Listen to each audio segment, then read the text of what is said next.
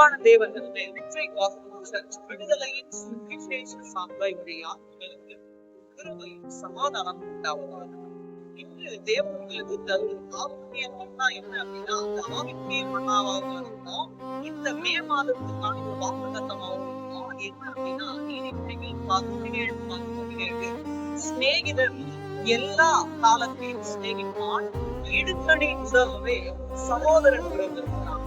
இல்ல இன்னைக்கு நீங்க பாருங்க, சகோதரன் சிநேகிதன் இப்ப 2 பேருமே அதாவது நம்மளோட வாழ்க்கையில ரொம்ப ரொம்ப முக்கியமானது.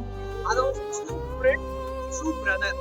இந்த காலகட்டத்துல எல்லாமே பேக் ஆயிடுச்சு, எல்லாமே போலி ஆயிடுச்சு. ஆனா தேவன்களுக்கு ஒரு உண்மையான தோழரையோ ஒரு உண்மையான ஒரு சகோதரனையோ கொடுக்கும் போது நீங்க என்ன பண்ணணும்னா, அவர்களை தற்காப்பு வைக்க வேண்டும், பாதுகாப்பு வைக்க வேண்டும். அது ரொம்ப முக்கியமானது. இங்க இருந்து கிடைக்கல, பரலோகத்துல இருந்து கிடைச்ச ஒரு மேன்மையான காரியம் தான் உண்மையான தோழன், உண்மையான சகோதரன்.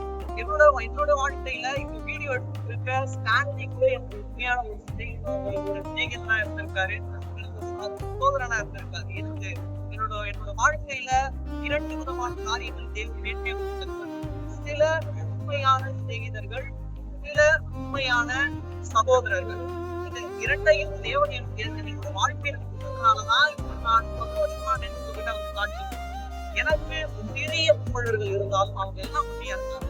என்ன அப்படின்னா, நம்ம அவங்க பேச வேண்டிய அவசியமே இல்லை. டெய்லியும் பேசினாதான் டெய்லியும் பேசினாதான் இல்லை. பேசலனாலும் அவங்க நல்லா இருக்கும், அவங்க நல்லா இருக்கணும்னு சொல்லி திங்க் பண்ணுவாங்க.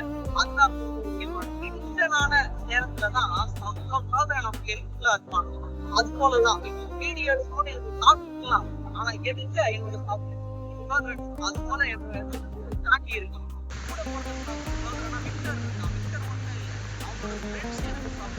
கூட